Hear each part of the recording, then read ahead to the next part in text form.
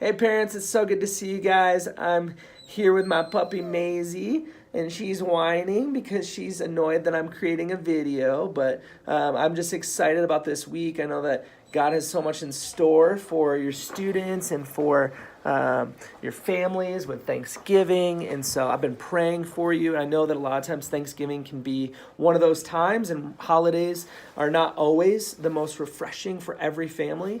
And so just know I'm praying for you. I'm really praying for peace, for joy this holiday season for you all, and also just know that we do have High Point on Sunday, and so I really hope to see your students back and ready to engage and to continue our relationship goals series. I just believe God's been doing some amazing things, and I don't think that they really want to miss this at all.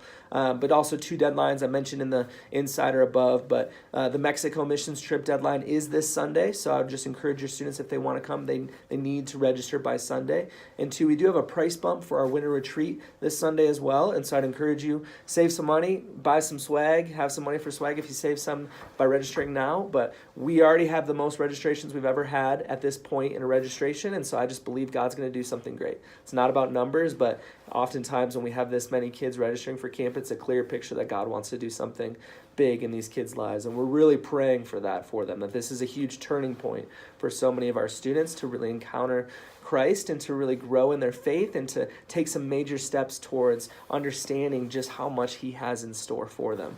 And so I just encourage you in that. And honestly, there's only a couple points I wanted to make today. And as we're going through this relationship goals series, a couple encouragements I have for you is, one, just know that this is probably not going to be a one-time conversation. I think I remember in high school where my parents wanted to have the talk. The reality is this can't be the talk. It has to be a conversation throughout their whole journey and walk. And honestly, there's so much pressures and expectations that they're feeling. I mean, just this weekend with the panel, the questions that these kids asked, I was praying and I felt so much just burden for them and just the pressures that they feel in this area of dating and sexuality. So just know that and help to create a space to know that this is an ongoing conversation and that you're a safe person. And I know so many of you guys have already been doing that, but I remember my parents just feeling this high stakes, high pressure conversation, and it made it so much harder than it had to be versus getting past that awkward first conversation and then allowing for it to be a continual